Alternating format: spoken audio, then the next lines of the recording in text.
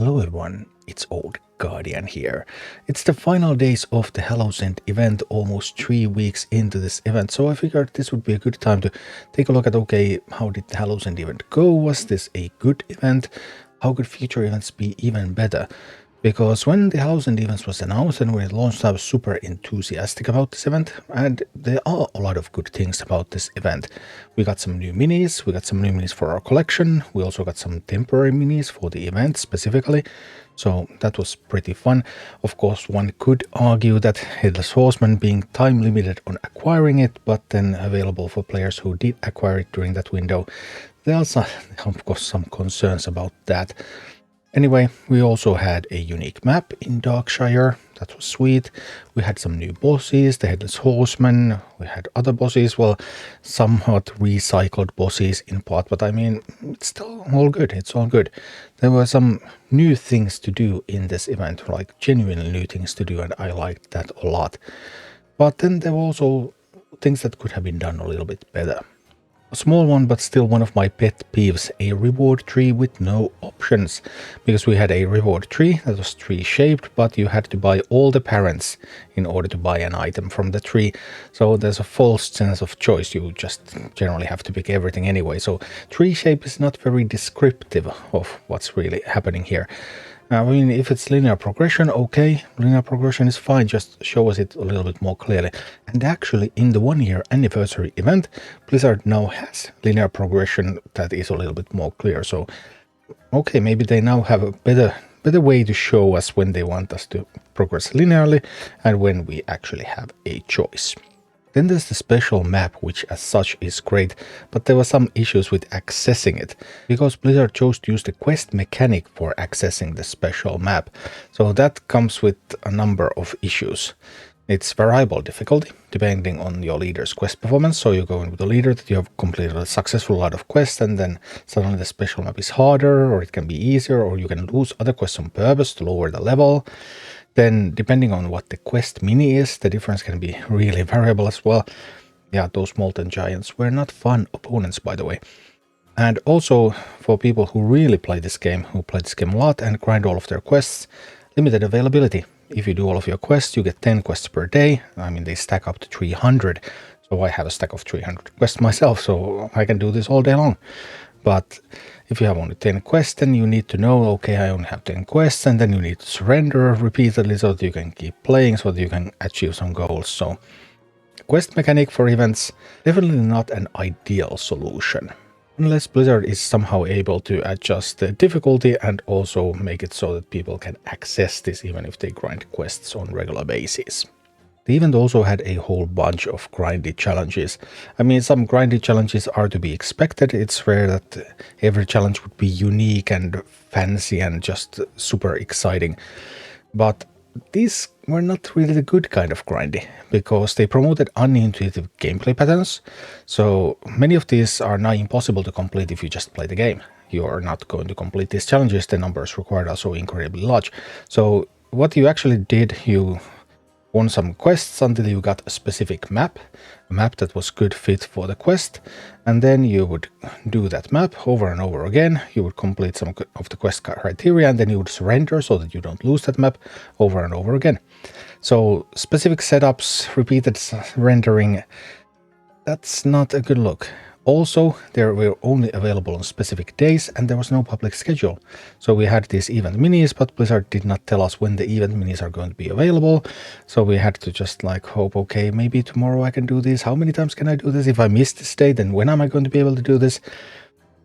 Putting on a lot of pressure, a lot of really unneeded pressure. So I didn't like these grindy challenges because, not just because they were grindy, but also because they needed to be gamed, and you had real fear of missing out, and you couldn't really plan on when you're going to be able to do them.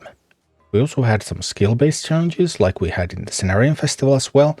So we have had speedrunning an encounter, defeat a werewolf in under 1 minute. Then we have had using a specific mini in your army, defeat Headless Horseman with Headless Horseman. And then in the Scenarian Festival we had fulfill an invite criterion, defeat heroic with full base health. And these skill-based challenges, these are something that I enjoy the most, but they are also a little bit tricky sometimes to Rumble. Like, how do you balance these? Should having levels make them easier? Should people who have grinded more have an easier time completing this?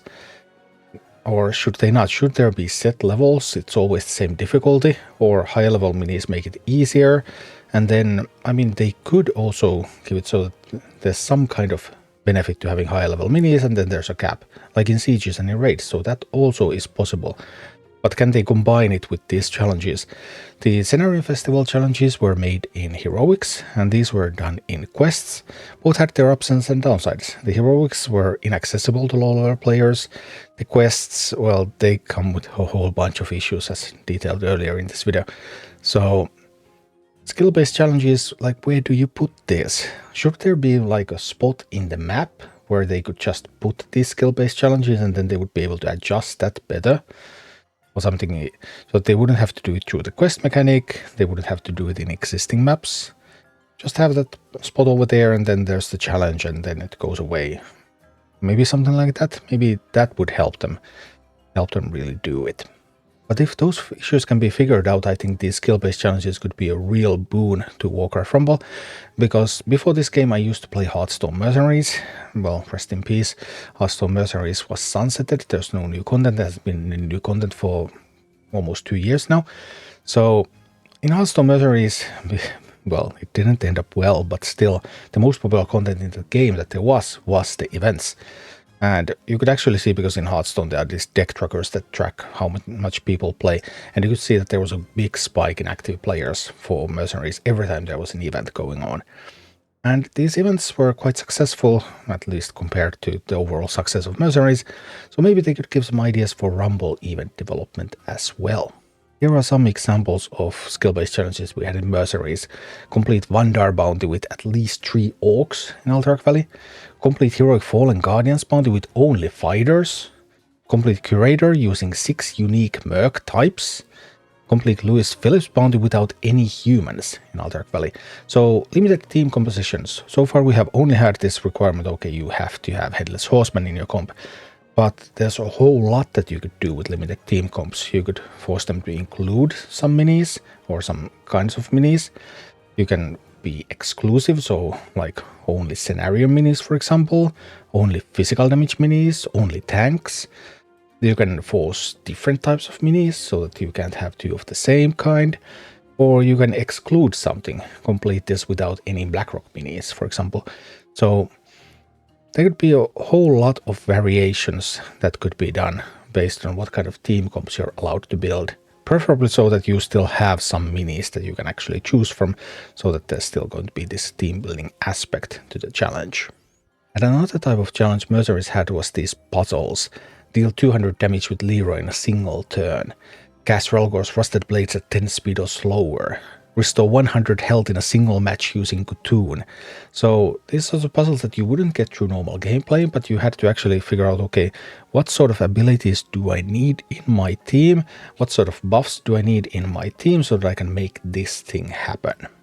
This doesn't translate directly into Warcraft Rumble because, of course, the games are a little bit different. Warcraft Rumble, there's no abilities that you can trigger manually. It's real-time instead of turn-based. You have limited control of your units. You choose the time and the place when the units are going to go, but then they're on their own. They're going wee. So you can't control them quite as well, so it would be difficult to set up something like deal this much damage with this mini. You can't really buff it or anything. But we do have some things in Warcraft Rumble. We have, for example, resource collection. So you could have challenges that focus on doing something and then preventing mining or preventing chests. I mean, preventing mining is basically the gist of the first heroic boss, Goldtooth. The kobold is going to grow if it's allowed to mine. So preventing mining is kind of built in there. You could have something built around damage types, physical, elemental, siege damage. This could also be a team building restriction, but it could also be something like criteria to deal specific type of damage somewhere. So then you could also build a team that includes the other types if you just play it right. And we have board assets. We have towers in the game, we have meeting stones in the game. You could try to control some of those. Makes me think about the old school, I mean, World of Warcraft, Arati Basin. These kinds of area control maps where you control specific areas. For example, we have Arati Basin here, of course, as well, but not quite in the same way as a PvP map. So we could still have some kinds of puzzle style challenges in Warcraft Rumble, even though they wouldn't be quite the same as in Mercenaries. So I think events have a lot of potential. They require relatively little development time. Obviously, coding the events to recognize the correct actions have been taken is still work, but it's still relatively small work compared to just like creating a new raid or anything. So the team could pump these out on a regular basis. It's just ingenuity is really the limiting factor. And there would be a lot of potential for different team compositions, different requirements that you need to do in game. That would be really fun to pursue, I believe. If they can just figure out like where do these events take place and how do they make them fair and challenging, and do they want to give some advantage to people who are further along, and if they want to do that, then how do they realize that? So still some way to go.